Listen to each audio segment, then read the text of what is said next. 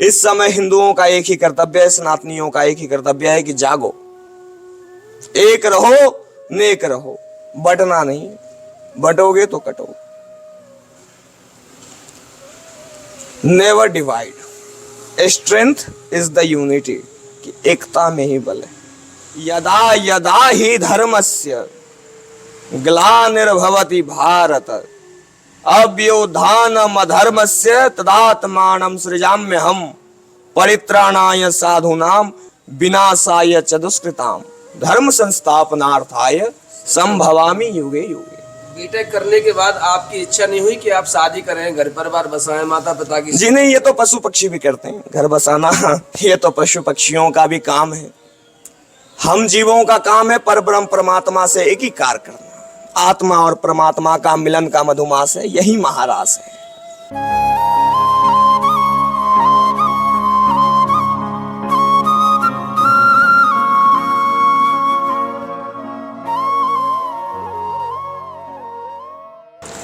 जय जय श्री राधे। साथियों, आप सभी भक्तों के चरणों में दास ब्रजेश गौड़ का कोटि कोटि प्रणाम।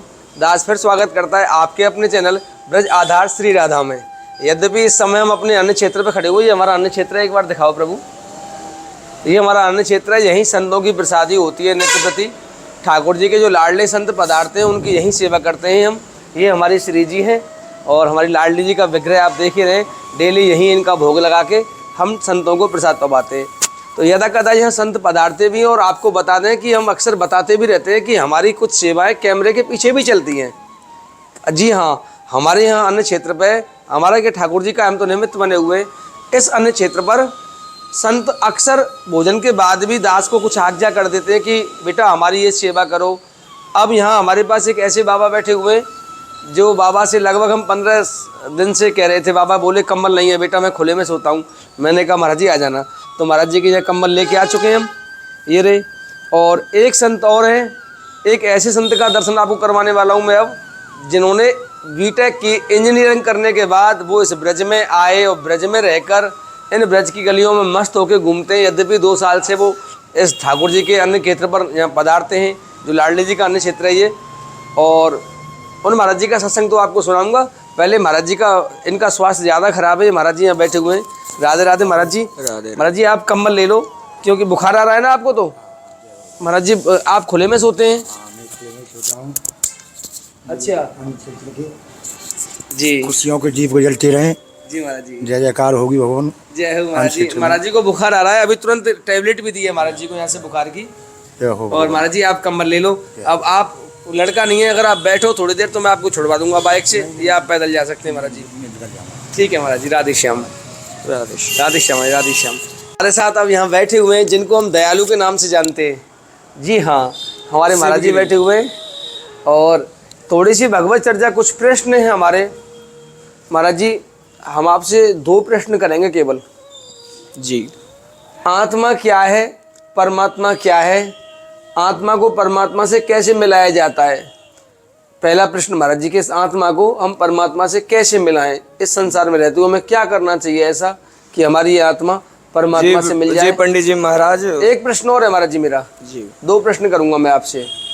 दूसरा प्रश्न मेरा ये है महाराज जी कि हमारे सामने सृष्टि में जो हो रहा है, जी, बांग्लादेश में जो हमारे हिंदुओं के साथ जो अत्याचार हो रहा है महाराज जी, जो बालिकाओं के साथ अत्याचार हो रहा है, हमारी माता बहनों के साथ जो अत्याचार हो रहा है, उसमें हिंदुओं को क्या करना चाहिए? कल को ये घटना हमारे देश में भी घटेगी, हमारे घरों में भी घटेगी, हमारे गली मोहल्ले में भी घटेगी, तो हमें क्या करना चाहिए? क्या हमें सब कुछ छोड़कर ठाकुर जी के ऊपर अपनी आत्मा को मिलाना चाहिए परमात्मा से?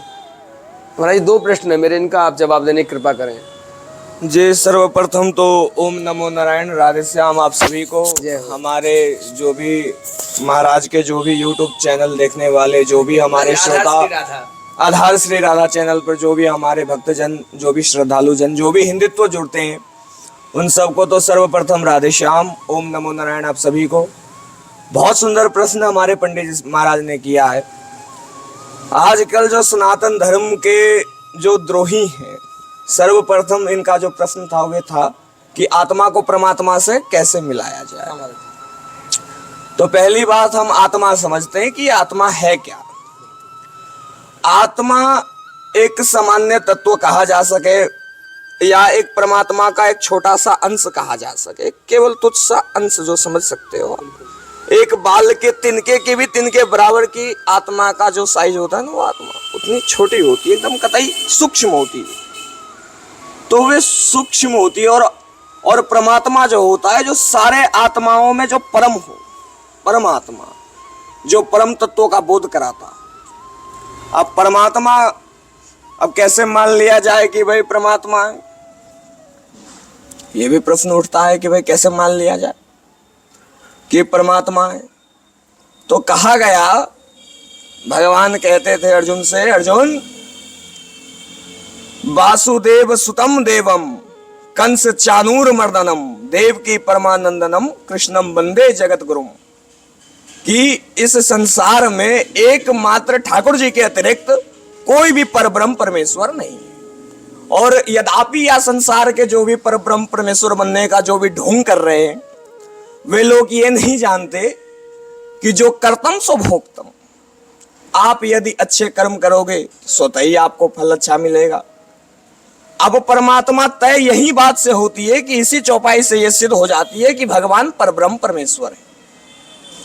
किंतु परब्रह्म परमेश्वर तो वे संसार के लिए, किंतु हमारे जब ब्रिज की बात हम करें तो यहां वही परब्रह्म परमेश्वर केवल एक ग्वाला रूप में, यहां उन्होंने कोई भी अपने परब्रह्म परमेश्वरता का अभिमान उन्होंने ब्रिजवासियों के सामने नहीं दिखाया।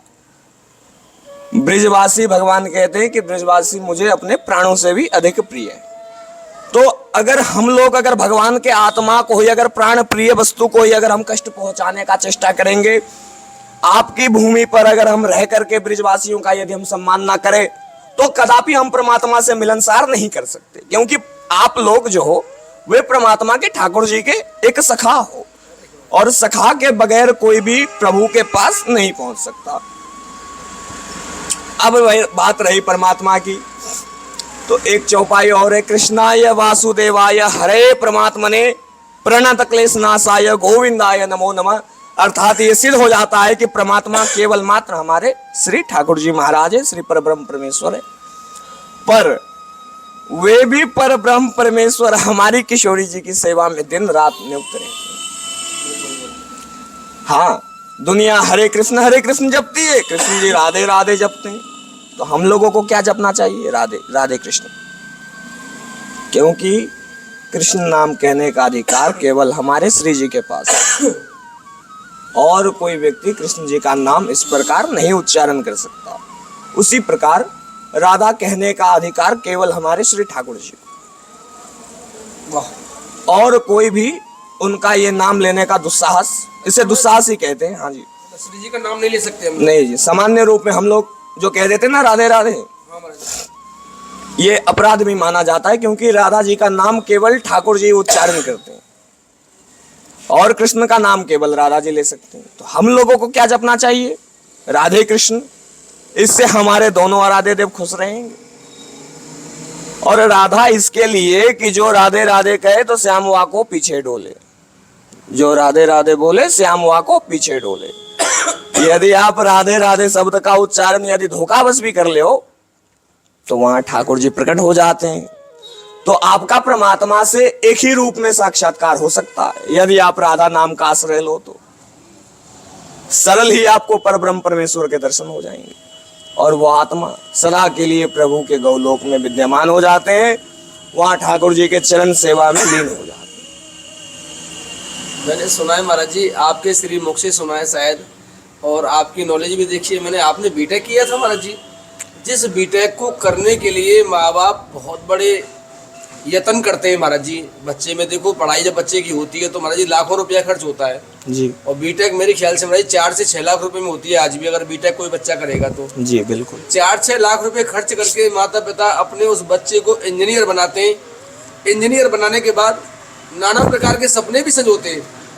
इंजीनियर बनेगा, विदेश जाएगा, नौकरी करेगा, हमारा घर बनाएगा, शादी करेगा। ये सब माया है ठाकुर जी। लेकिन ये सब आपने इंजीनियरिंग करने के बाद, क्या आपने बीटेक किया था? सत्य ये?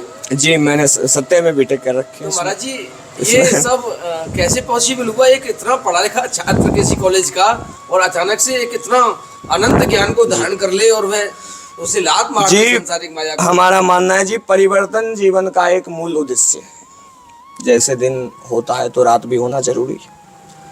तो हमारा मानना है कि मेरे अंदर उस समय अभिमान भी था और अज्ञानता भी थी। बेशक मैंने 24 साल पहले गुरु मंत्र ले चुके, किंतु हमने उनका जप करना भूल गए। तो जप करना जब हम भूल गए, गुरु मंत्र तो हमने कर ही ली, गुरुदेव ने दीक्षा दे ही दी थी, सो हम गुरु मंत्र का उच्चारण करना भूल गए। सो गुरु कभी याद ही नहीं आए। सो जीवन क्रमशः चलते गए, पढ़ाई लिखाई हुई।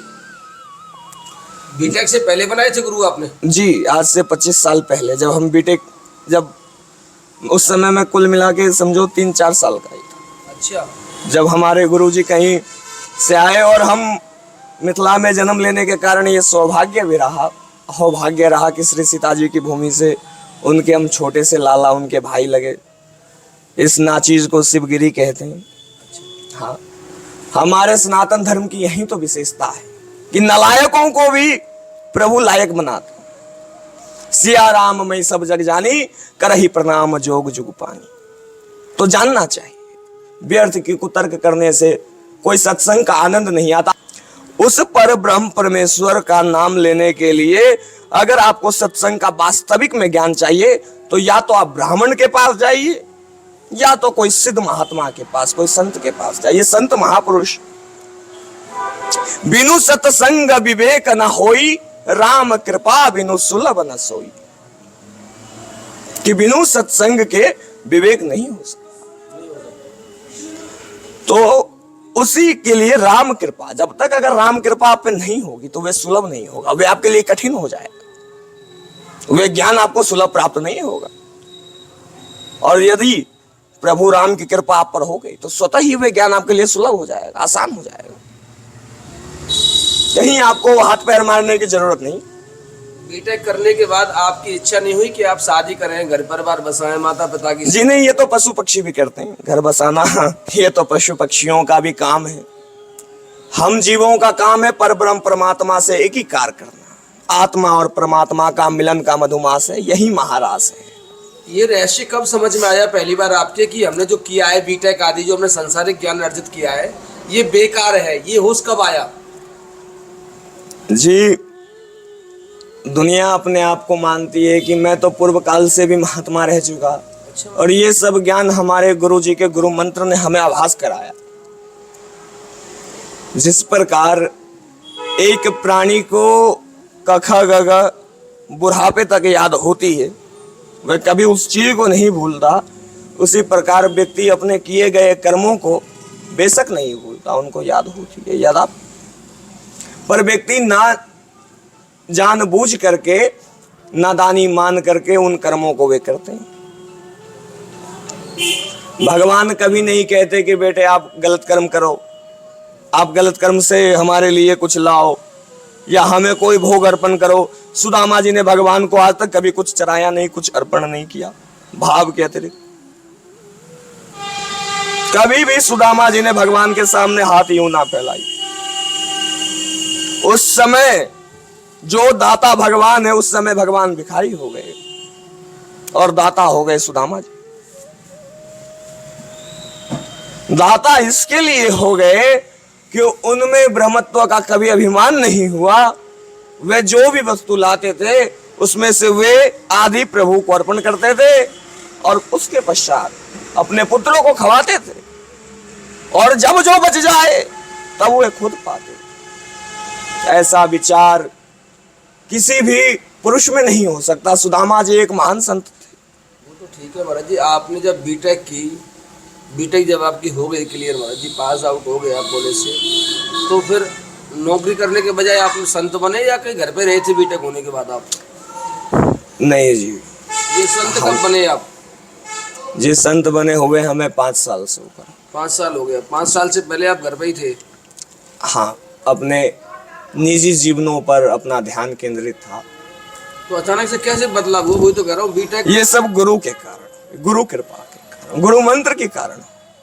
अच्छा, मुझे एक चीज बता दो आप। गु मतलब अंधकार, रू मतलब प्रकाश। जो अंधकार से आपको प्रकाश की ओर ले जाए वे गुरु। और हमारे आजकल की पढ़ाई देख लो पंडित जी महाराज, आजकल की शिक्षा बोर्ड भी कैसी है, पैसे देकर विद्या अध्ययन करनी पड़ रही है लोगों को, जबकि शिक्षा निस्वार्थ बांटनी चाहिए। शिक्षा यदि पैसे लेकर दिया जाए पंडित जी महाराज तो उसको नरक भोगना पड़ता है। पैसे लेने वाले को गुरु, जो गुरु पैसा लेकर ज्ञान दे वे गुरु नहीं, वे व्यापारी। गुरु निस्वार्थ, गुरु में कोई अभिमान नहीं होता। गुरु तो आपको निस्वार्थ, जिस प्रकार हमारे वाल्मीकि जी, वशिष्ठ जी, वाल्मीकि जी ने लवकुश को कितना निस्वार्थ ज्ञान दिया, राम जी के तीनों भाइयों को प्राप्त कर दिया केवल गुरु कृपा। गुरु जी की बदौलत ही उन्होंने लक्ष्मण जी को, भरत जी और शत्रुघ्न तीनों को प्राप्त, यद्यपि हनुमान जी को भी बंदी बना लिया था। तो बताओ गुरु कृपा कैसी चीज होगी। स्वयं परब्रह्म परमेश्वर विधाता को आना पड़ा वहां, हस्तक्षेप करने, घोड़ा लेने ठाकुर जी आए स्वयं आए।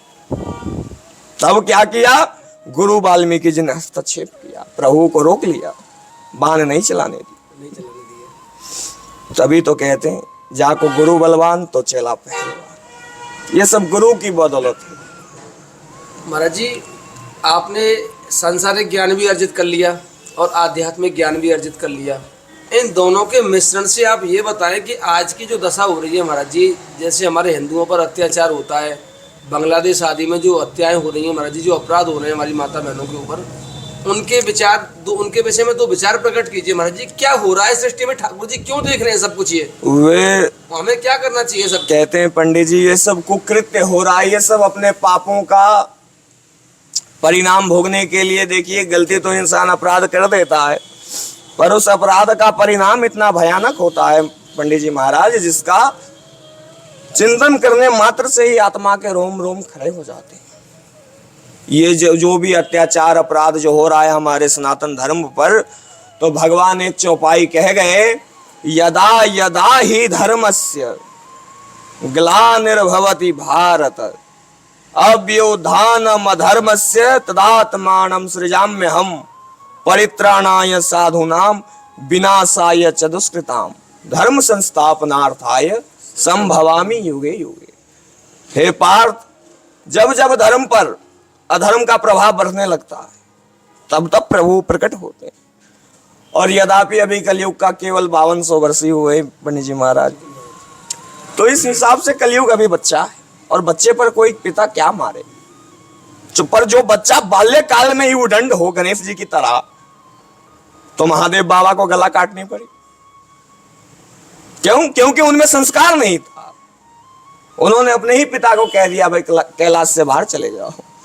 आप बताओ, आपका ही घर, आपका ही द्वार, हम आकर कह दे पंडित जी महाराज आप बाहर निकलो, तो आपको कतई क्रोधित होंगे आपके नहीं है? ये कौन सा व्यक्ति है, कौन सा प्राणी, इसमें तो तनिक भी संस्कार नहीं, उचित भी नहीं है बोलने की। हमारो घर हमारो द्वार और हमें ही कह रहो जाओ। तो उसी प्रकार गणेश जी ने उस समय उदंडता कर दी, सारे देवी देवताओं का अपमान, नंदी बाबा का भी अपमान, अंत में महादेव प्रभु का भी अपमान। ब्रह्मा विष्णु काहू को नहीं छोड़ो, गणेश जी ने सबको लपेटे में ले ली। पर महादेव प्रभु को दुख लग गए कि उनका औलाद इतना बड़ा पापी निकल जाएगा तो पिता की इज्जत क्या रह जाएगी। तो बाबा ने धर्म की मर्यादा रखने के लिए उन्होंने अपने ही बेटे के गला अलग कर दी। तो भगवान भेदभाव नहीं करते, आप खराब कर्म करोगे तो उसका परिणाम उन लोगों को भोगना पड़ेगा, चाहे वे पाताल में रहे, आकाश में रहे या कहीं और रहे। पुण्य की जड़ पाताल तक, पाप का जड़ अस्पताल तक। तो प्राणी किंचित मात्र भी ये नहीं सोचता कि सत्संग में अपना जीवन बिताया जाए, ठाकुर जी के नामों का आश्रय लिया जाए। महाराज जी, हमें क्या करना चाहिए? वहाँ अत्याचार हो रहा है, हम देशवासियों को क्या करना चाहिए? आप गृहस्थ कर्म योगी बनिए। आप गृहस्थों के लिए कर्म योग बताया। जब अर्जुन अपना मार्ग भटक गए, जब उन्होंने भीष्म पितामह को देखते हुए उन्होंने पूछा कि प्रभु मैं देखना चाहता हूं कि कौन कौन युद्ध करना है, हमें ले चलो जरा रथ को। तो भगवान जब लेकर के गए तो अर्जुन ने क्या देखा कि वहां भीष्म पितामह थे, द्रोणाचार्य थे, कृपाचार्य थे, दुर्योधन थे, अंगराज कर्ण थे, इत्यादि सारे नारायणी सेना थे। सब वहां अपने ही लोग थे, पराया उन्होंने किसी को देखा ही नहीं। अर्जुन के हाथ पैर कांपने लगे। अर्जुन ने कहा, प्रभु मैं भीख मांगकर अपनी जिंदगी जी लूंगा, मैं युद्ध नहीं करूंगा। अर्जुन ने वहां नकारात्मक विचारों को अपने मन में आने दिया, इसीलिए भगवान ने भागवत का वे दिव्य ज्ञान उनको दिया। हालांकि भागवत उस समय लुप्त हो चुकी थी, क्योंकि सतयुग में जब भगवान विष्णु ने सूर्य देव को सर्वप्रथम भागवत का ज्ञान दिया, उस समय के बाद ना कभी भागवत किसी ने सुनी, ना काहू ने देखी, ना किसी को पता भी नहीं। तो जब भगवान श्री कृष्ण को पता पड़ा कि इतनी दिव्य ग्रंथ लुप्त हो गई है, उसको पुनर्निर्माण कैसे किया जाए, तो वहां ठाकुर जी ने अपनी माया अर्जुन पे कर दी, उनको मूर्ख बना दिया, उनको मोह मायाओं के स्पंदन में फंसा दिया। पुत्र मोह, पितामह मोह। हालांकि अर्जुन ये भूल गया कि उसके ही पत्नी द्रौपदी की जब इज्जत लूटी गई, चीरहरण हुआ, तो वहां वे सब महान विभूतियां थे। कोई ये भी नहीं कह सका कि अरे मेरी कुलवधू की चीरहरण हो रहा है, उनको रोको। क्यों? आपके पास बल थी, बुद्धि थी, विद्या थी, आप प्रयोग कर सकते थे, किंतु नहीं, मोह में आप फंस गए। वो ठाकुर जी की माया है, वही जाने मायापति उनको इसीलिए कहा गया। उनकी माया में फंस गए बड़े बड़े रंग फकीर, फकीर से भी उन्होंने गिरफ्त हो गए। जैसे विश्वामित्र को देख लो, योगी से वे भोगी होने के लिए भी तैयार हो गए। काम वासना ऐसी चीज। प्रभु की, ठाकुर जी की माया देख लो, कितनी बलवान। देवराज इंद्र को अहिल्या के कक्ष तक खींच लाया, एक देवता को भी नहीं छोड़ा। तो हम लोग तो सामान्य इंसान है पंडित जी। जब देवतुल्य होकर भी वे इस चीजों से नहीं बच पाए, तो हम लोग कैसे बच पाएंगे? हम तो आम इंसान हैं। इसीलिए ठाकुर जी ने आपको कर्म योग बताया है, निस्वार्थ कर्म। कर्मण्येवाधिकारस्ते मा फलेषु कदाचन। कर्म में भी कैसा कर्म? तीन प्रकार के कर्म बताए गए, कर्म, अकर्म और विकर्म। तो ठाकुर जी ने कहा अकर्म करो। कर्म और विकर्म करने के लिए नहीं कहा, उन्होंने यहां छुटिया दी हो कि अकर्म करो। कर्ता होते हुए भी आप कर्ता का अभिमान मत करो कि हमने ये किया, नहीं, ठाकुर जी ने किया। जब प्रभु ने किया तो दंड भी प्रभु को मिलेगा। तो अर्जुन से कहा कि बेटे तुम्हारा कर्म है इस समय युद्ध करना, ना था कि युद्ध छोड़कर भागना। भगवान ने अर्जुन को उनका कर्म, उनका धर्म याद दिलाया कि इस समय आपका कर्तव्य क्या है। इस समय हिंदुओं का एक ही कर्तव्य है, सनातनियों का एक ही कर्तव्य है कि जागो, एक रहो, नेक रहो, बटना नहीं, बटोगे तो कटोगे। Never divide, strength is the unity, कि एकता में ही बल है। तो ये सत्संग की दिव्य वाणी है, जो एक घड़ी आधो में भी पुण्यात। अगर गोस्वामी जी से पूछा कि महाराज कलयुग में गिरफ्तों के लिए ऐसा कौन सा मार्ग है जिससे अगर उनको नरक ना भोगना पड़े, उनके सारे पाप कट जाए, वह मतलब धर्मात्मा हो जाए। गोस्वामी जी ने बोला इसका एक ही उपाय है। बोले वे क्या? बोले एक घड़ी यादो में पुण्यात, तुलसी संगत साधु के हरत कोटि अपराध। कि यदि आपने एक घड़ी ना सही, आधी घड़ी ना सही, आधों में भी पुण्यात, तुलसी संगत साधु के हरत कोटि अपराध। यदि आपने 6 मिनट भी महात्मा का संग कर लिया तो आपके सारे पाप नष्ट हो जाएंगे। ये गोस्वामी जी कहते हैं। ये बड़े उच्च विचार होते हैं पंडित जी महाराज, जो सत्संग से ही प्राप्त होते हैं। और हमें ब्रिज में तो इतना आनंद आवे, यहाँ तो केवल राधा नाम ही सारे, बाद बाकी ये जीवन बेकार है। जी आपके लिए कंबल की सेवा दी थी हमने महाराज जी ऐसे। महाराज जी बहुत सुंदर एक कंबल। पंडित जी कहूँ मैं अनुभव अपना, सत हरि भजन जगत सब सपना। जय हो जय हो। सत तो केवल हरि का नाम है। ये आप ऐसे जय हो महाराज, सदा आपकी बरकत हो, आनंद लो और सारे भक्तजन आपके जो भी आपसे जुड़े ब्रिज आए, राधा नाम का आश्रय ले और किशोरी जी के नामों में डूब जाए, उनके रस का पान करे, राधे कृष्ण मंत्र का उच्चारण करे। राधा केवल नाम आधारा, सुमिर सुमिर नर उतरहि पारा। ये राधा ही केवल जीवन का नाम आधार है। महाराज जी और कोई सहज में उपाय है? इस नाम से और कोई सहज उपाय ही ना। या तो आप संतों के संग कर लो, प्रथम भक्ति संतन कर संगा, दूसरी रति मम कथा प्रसंगा।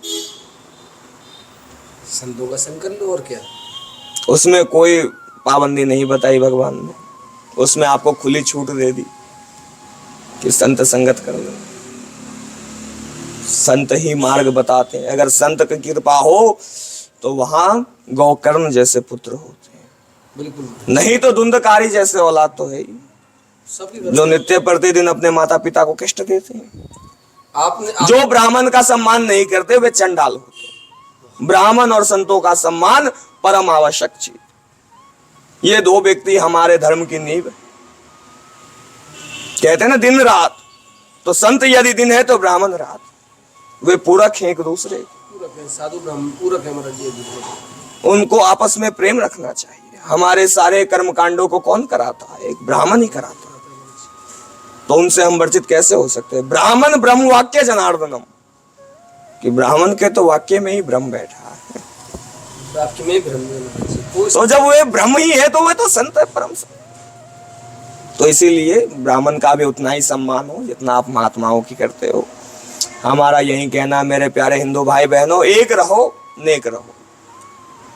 Unity is the strength, the strength is the unity.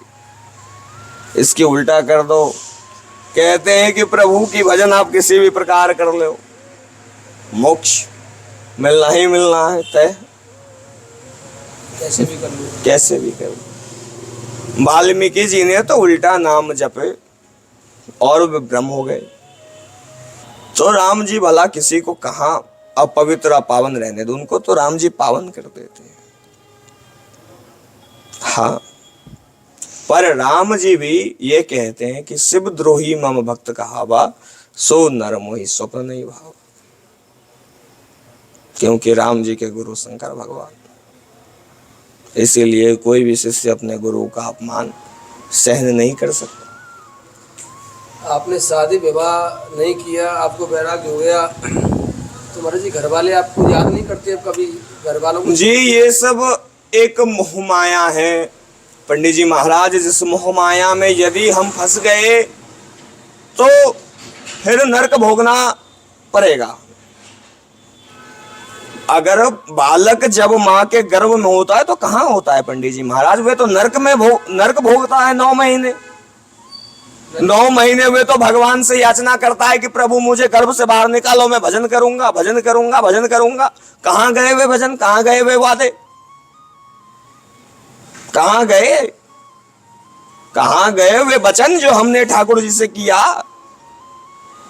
उन्होंने हमें नरक से भी बाहर निकाला, तो कहाँ हम भजन में लगे हैं? नहीं लगे महाराज जी, बिल्कुल नहीं लगे। भोग विलास आसक्त में लगे। संत हो या फकीर, वे भी कहीं मौका मिले तो मार देते हैं तीर। किसी की बहू लेके भगे, किसी की बेटी लेके भगे, तो वे हमारे संतों पर आघात है, हमारे धर्म का अपमान है। जो लोग ऐसे नकली चोला पहन के घूमते हैं उसका कदापि सम्मान ना हो। जो वास्तविक में संत, जो भजन करते हैं, जो केवल ठाकुर जी के नामों का ही आश्रय लेता हो, वही परम संत है। बेशक वे किसी रूप में सही। अगर वे ठाकुर जी को नहीं मानता, नहीं पूजता, तो वे फिर दानव, दैत्य, दुष्ट है।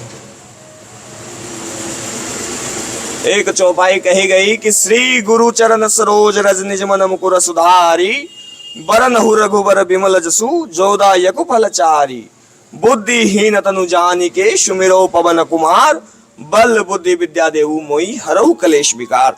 तो केवल ये गुरु चरण को स्मरण करने से ही हम लोग वैकुंठ गामी हो सकते हैं, अन्यथा अपने अपने कर्मों का फल हर प्राणी को भोगना पड़ता है। कर्म का फल में कोई हिस्सेदारी नहीं होता पंडित जी महाराज, आप अपने कर्म के स्वतः ही मालिक हो। अगर आप अच्छे कर्म करें, भगवान ने धर्मराज युधिष्ठिर से ही क्यों कहा कि अश्वत्थामा नामक हाथी मर गया, औरों से क्यों नहीं कहा कि भाई तुम इस चौपाई को कह दो, आप ही इस शब्द को कह दो, भगवान क्यों नहीं कहे? उनसे बड़े सत्यवादी कौन? पर कृष्ण भगवान की छवि थोड़ी ठीक नहीं थी, उनकी जो कूटनीति थी वे आजकल के लोगों से कहीं ऊपर। इसीलिए उन्हें परब्रह्म परमेश्वर कहा गया है कि उन्होंने जब गोपियों को छल लिया, हम लोग तो सामान्य इंसान, उनको वचन दे करके नहीं आए ठाकुर जी मथुरा से, कभी वृंदावन नहीं आए।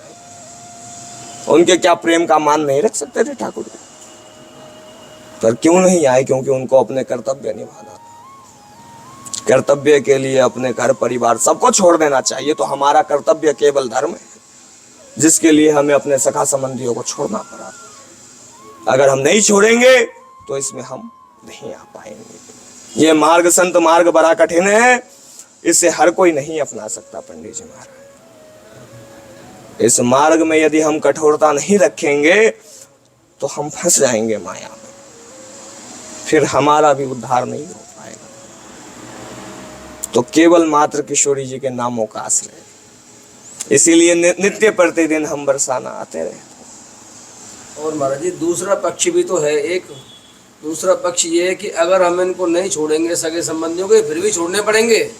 छोड़ने तो फिर भी छोड़ने पड़ेंगे, छोड़ने पड़ेंगे, छोड़ने तो फिर भी पड़ेंगे महाराज जी। होई सोई जो राम रचि राखा, को करी तर्क बढ़ा वही शाखा। वहां तर्क नहीं चलता ब्रजेश।